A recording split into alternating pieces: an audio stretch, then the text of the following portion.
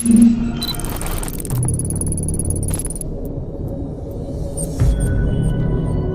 моим друзьям, подписчикам, коллегам и случайным зрителям. Сегодня я хочу рассказать, как можно очистить стекло для камина. Нашел я 5 различных способов. Будем их применять на практике. Есть у нас больной пациент, которого сегодня будем чистить. Что хочу сказать, что в банных печках сейчас очень распространено стекло. Очень распространено стекло и в каминах домашних. Поэтому тут нужно... У меня в бане печка Вулкан стоит. Значит, уже стекло замаслилось все. Сейчас очень традиционно стало устанавливать в банях печки со стеклом. Вот смотрите, как загажено. Вот сегодня почистим это все. Вот на краях. Смотрите. О, тут вообще сажа. Видно, не видно, не фокусирует. Вот. Это надо все убирать. Потому что само стекло не дает такую теплоотдачу. В данном случае в комнату для отдыха приятно всегда сидеть и наблюдать за огнем, но его еще и должно быть видно. Сама сажа по факту-то пленка, которую нужно снять. И разберем сегодня 5 способов, как нам. Теперь, что я хочу вам предложить. Значит, вот у нас есть сажа. Стаканчик я насыпал. Это первый способ. Очистка сажей. Говорят, что он настолько древний, что еще бабушки наши чистили стекла.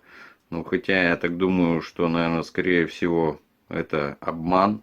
Потому что где вы видели печки со стеклом у бабушек? Так. Вот такой баллончик с аммиаком. Это тоже, говорят, старый дедовский способ. Ладно, в это еще можно будет поверить. Далее, шпатель или специальный скребок, который продается в интернет-магазинах. Но я почему-то в это не верю особо. Этот шпатель можно заточить так, как сверло, под таким же углом. И он будет чистить. Не хуже этого скребка. Платишь деньги, ну, переплачиваешь очень много. Так, значит, вот у нас еще есть средство для чистки духовок и плит. От фирмы Faberlic. С такой щеточкой. Pemolux. Губки. Ну ладно, разберем каждый способ отдельно. Сейчас часть стекла будем делать. Так, сначала вот у нас зола, водичка. На губочку я уже нанес. Будем делать с краешку. Первый метод.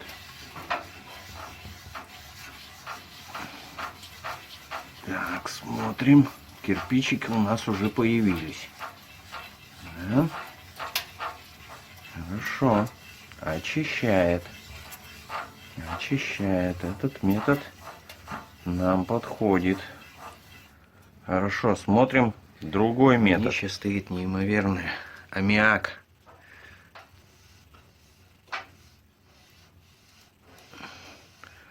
Тоже, смотрите, чистит. Но вонища... Не знаю, выветрится это или нет. Чистит. Так, так. Давайте с другой стороны.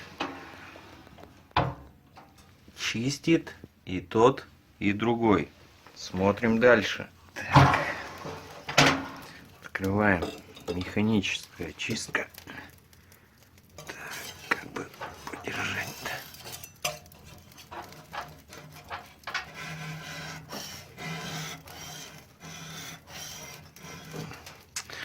вот, конечно, чистит, но это долго. Долго. И боюсь я все-таки поцарапать стекло. Потом будет очень некрасиво.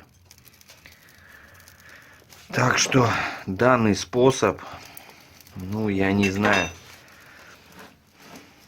отдавать такие деньги за какой-то скребочек, ну, нету смысла в этом. Ага, следующий способ.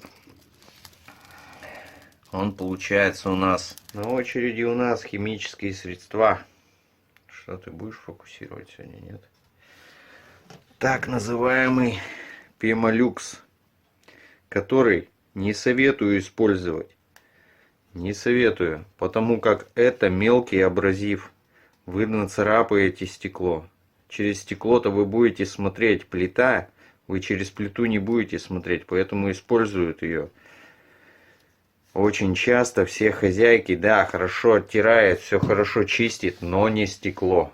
Не надо. Давайте вот это вот для духовок и плит средство попробуем. Так, тут оно с кисточкой, мне надо будет все это дело намочить, поэтому, наверное, подключусь, когда уже кисточка будет готова. Не берите Пемолюкс. Четвертый способ, это у нас очистка чистящими средствами. Вот смотрите, только нанес, ну, в принципе, как и аммиак и сода, сразу же чистит. Чистит. Сейчас возьмем губочку. Сразу не подготовил. Стираем. Вот такая вот красотень. Так, смотрим с этой стороны. Ну, есть, конечно, разница, ну, потому что мы, наверное, губкой стерли. Так что это средство нам тоже подходит. Что у нас получается? 4 метода мы рассмотрели. Первый зола, второй аммиак, третий механическая чистка скребком, четвертый химические средства, которые есть у любой хозяйки, и пятый это накидать полную топку дров, открыть поддувало и сухими дровами протопить печь. Да, это тоже эффективно и имеет место быть. Но в данном случае у меня получается панорама. Сами дрова далеко от стекла. Поэтому этот метод мне не подходит. А теперь давайте посмотрим результаты нашего теста.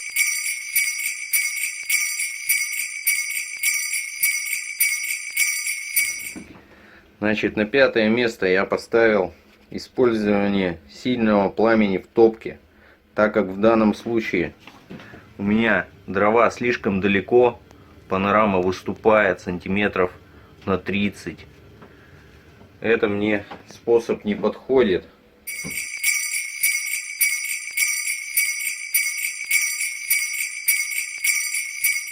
Четвертое место, и занимает его наш скребок. Он, конечно, работает, но для него нужно много времени. В некоторых местах невозможно добраться.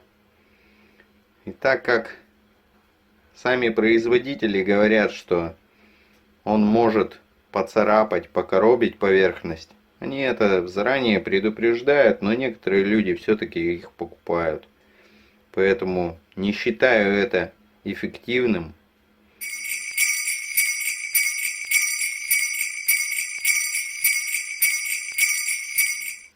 Третье место. Нашатырный спирт. Его можно даже сделать с уксусом. Однозначно работает довольно эффективно и быстро. Если выбрать между вариантом с 3 предыдущими, этот способ намного эффективней. Но не забывайте про запах. Запах ужасный.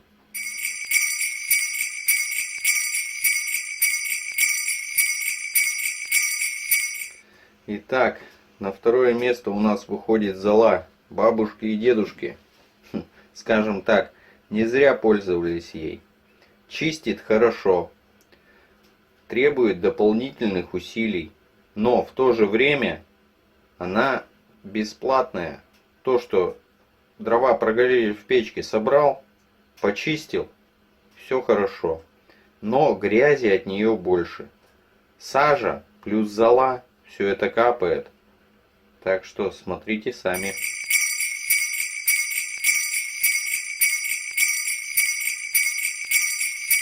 И первое место у нас уходит химическим средствам. Все-таки не зря их люди придумали, их делают. Они чистят, работают, но не все. И все по-разному. Так что поздравляем победителя. Есть несколько способов для предотвращения появления сажи на стеклах. Это использовать сухие дрова, использовать дрова только лиственных пород, а не хвойных, елка, сосна, лиственница. Также нужно вовремя следить за очисткой стекла. Сейчас продаются печки уже со встроенным стеклом с самоочисткой. Так что я так думаю, что вы выберете для себя правильный вариант. А если нет, почистите каким-то одним из моих. Так что подписываемся на канал, ставим лайки, пишем комментарии. Может, у кого-то есть дельный совет по этому поводу. И рассказываем друзьям. Всем пока-пока. С вами был